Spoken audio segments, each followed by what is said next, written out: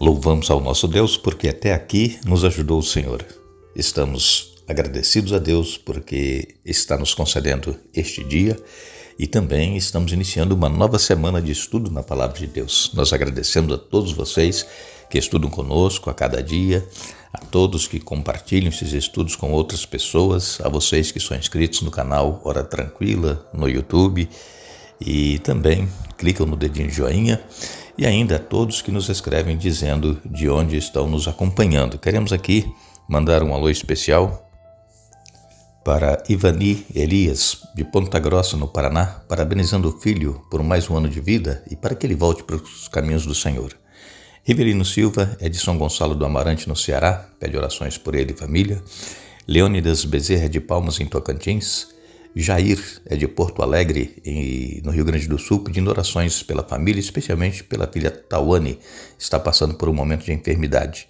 Ricardo Rodrigues é de Caaporã, na Paraíba, também completa hoje mais um ano de vida, parabéns Ricardo. Lenita Malvar é de Macedônia, em São Paulo, parabenizando o filho que aniversariou dia 14 de agosto. Edileuza é de Hortolândia, em São Paulo. Ela pede orações por seu irmão Wilson, está passando por um momento de depressão. E todos os demais que nos escrevem, nós agradecemos, iremos sempre mandar um alô para vocês, iremos orar. Santo Deus e eterno Pai que estás nos céus, aqui nos encontramos em Tua presença, te agradecemos por este momento que nos concedes, por este dia de vida, que o Teu Espírito Santo fale ao nosso coração, enquanto estudamos aqui a Tua palavra, que possamos entender e colocá-la em prática em nossa vida. Abençoa, Pai, o Wilson, que está passando por um momento de depressão. Também pedimos uma bênção especial para o Rivelino Silva e a sua família. O Jair pede especialmente pela filha Tawane, que está passando por um momento de enfermidade. Ricardo Rodrigues está hoje completando mais um ano de vida, que tu o abençoes, e também abençoes o filho de Ivani Elias, que está aniversariando, e que ele possa voltar para ti enquanto é tempo. Nós queremos, Pai, te agradecer e pedir também pela Lenita Malvar, que o seu filho aniversariou dia 14, que tu o abençoes, e todos os demais, Pai. Em nome de Jesus. Amém. Iremos dar sequência ao nosso estudo do Evangelho de Marcos, é a nossa série, e estamos na semana passada e essa semana estudando os capítulos 9 e 10 de Marcos, onde Jesus aqui traz instruções para os seus discípulos, ensinando-os a respeito de como relacionar-se com as pessoas e também com Deus, e ainda Jesus estava preparando os discípulos para a cruz que Jesus iria enfrentar não muito depois desses dias. E nós, aqui no capítulo 10, no verso 45, nós lemos: pois o próprio Filho do homem não veio para ser servido, mas para servir e dar a sua vida em resgate por muitos. Vejam que instrução maravilhosa de Jesus para os discípulos de 2000 anos atrás e para nós hoje, os discípulos do século 21. O Filho do Homem não veio para ser servido, mas para servir. Como nós já dissemos para vocês nesta série, Jesus, ele é o Criador dos céus e da terra, ele deixou o seu trono lá na glória, lá nos céus, e veio, se humilhou para servir, veio para servir. E existe um ditado que diz que se nós não prestamos para servir, nós também não servimos para viver. A nossa vida deve ser uma vida de serviço ao semelhante, especialmente nós cristãos. Nós precisamos aprender com Jesus o que é ser realmente um servo. Jesus, nos lembrando aqui, quando ele estava já naquela quinta-feira à noite, indo para o Getsêmani, e depois dali ele seria preso, ele celebrou uma ceia com os discípulos e, como era costume naquela época, as pessoas, quando chegavam em uma casa, tinham um servo para lavar os pés, para tirar a poeira da caminhada que fizeram. E ali estava Jesus e os seus discípulos, e ninguém se prontificou para lavar os pés uns dos outros. E então, Jesus olhando e lendo a mente, o coração de cada um, eles queriam ser o maior, quem era o melhor. Isso nós já falamos na semana passada. Então Jesus se cinge com uma toalha, pega uma bacia com água e vai aos pés dos discípulos para lavá-los. E aí eles, não, mestre, não. Aí eles quiseram, dizer que eles iriam lavar. Mas Jesus, ele demonstrou o que é ser humilde. E nós precisamos, irmãos, ter o mesmo espírito que houve, o mesmo sentimento que houve em Cristo Jesus. Nós, esta semana, vamos então estudar aqui o capítulo 10 de Marcos. E aqui nós temos orientações, ensinamentos importantes que Jesus trouxe e que estão registrados na Bíblia. A princípio, aqui no capítulo 10 de Marcos, nos versos de 1 a 12, Marcos 10, de 1 a 12, nós lemos: Então Jesus deixou Cafarnaum e foi para a região da Judéia, a leste do rio Jordão. Mais uma vez, multidões se juntaram ao seu redor e, como de costume, ele as ensinava. Alguns fariseus vieram e tentaram apanhar Jesus numa armadilha com a seguinte pergunta: Deve-se permitir que um homem se divorcie de sua mulher? Jesus respondeu: O que Moisés disse na lei a respeito do divórcio? Ele o permitiu, responderam os fariseus. Disse que um homem poderia dar à esposa um certificado de divórcio e mandá-la embora. Jesus, porém, disse: Moisés escreveu esse mandamento porque vocês têm um coração duro, mas Deus os fez homem e mulher desde o princípio da criação. Por isso o homem deixa pai e mãe e se une à sua mulher, e os dois se tornam um só. Uma vez que já não são dois, mas um só, que ninguém separe o que Deus uniu. Mais tarde, quando Jesus estava em casa com seus discípulos, eles tocaram no assunto outra vez. Jesus respondeu: Quem se divorcia de sua esposa e se casa com outra mulher comete adultério contra ela. E se a mulher se divorcia do marido e se casa com outro homem, comete adultério. Eu li Marcos 10, de 1 a 12. Sabemos que este assunto de divórcio é um assunto até certo ponto controverso entre muitos cristãos, porque muitos cristãos e até mesmo muitos que acompanham conosco os estudos cada dia já passaram por um divórcio e estão em outro casamento, e então isso gera controvérsia.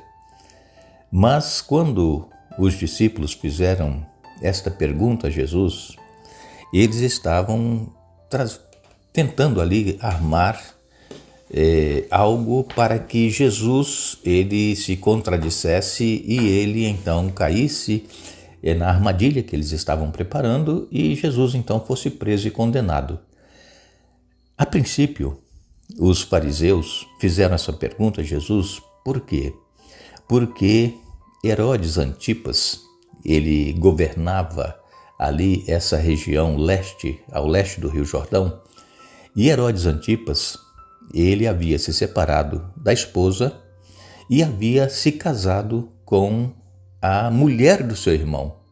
Nós já comentamos aqui isso também, quando João Batista pregava o arrependimento, ele condenava esse relacionamento de Herodes, e então Herodias, que era a mulher de Herodes, ela ficou com muita raiva de João Batista e pediu para que João Batista fosse preso, e Herodes prendeu João Batista.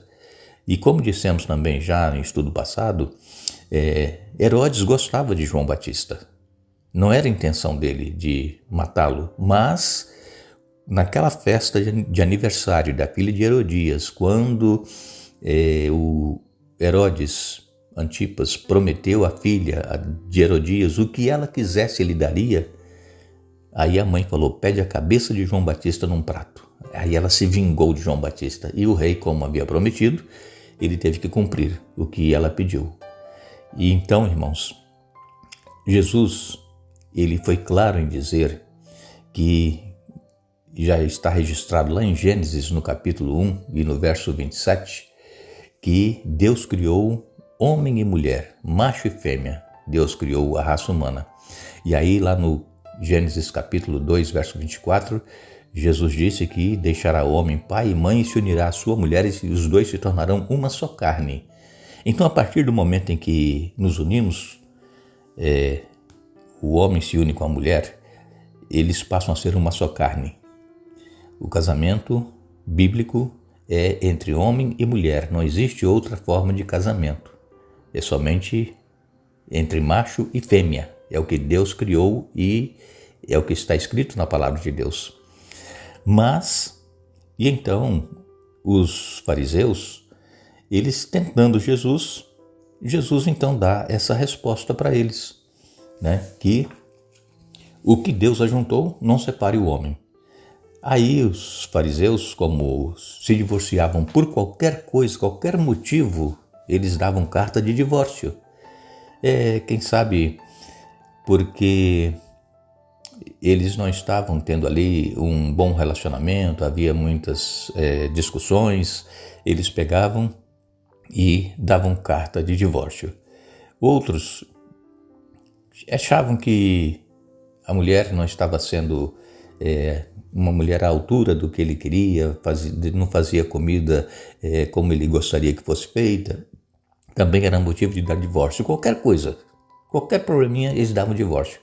E então Jesus disse, olha, é por causa da dureza do coração de vocês que Moisés permitiu que fosse dado carta de divórcio. E quando Jesus fala que Moisés permitiu, Jesus está citando ali Deuteronômio, quando Moisés escreveu acerca do divórcio, Deuteronômio 24, de 1 a 4. Então, essa lei de Moisés, que foi criada para proteger a mulher, ela agora estava trazendo problemas para a mulher, porque a mulher, por qualquer coisa, ela recebia carta de divórcio e ela ficava então desamparada. Isso então se tornou um motivo usado para facilitar o repúdio da mulher, quando eles usavam aqui Deuteronômio 24, versos de 1 a 4.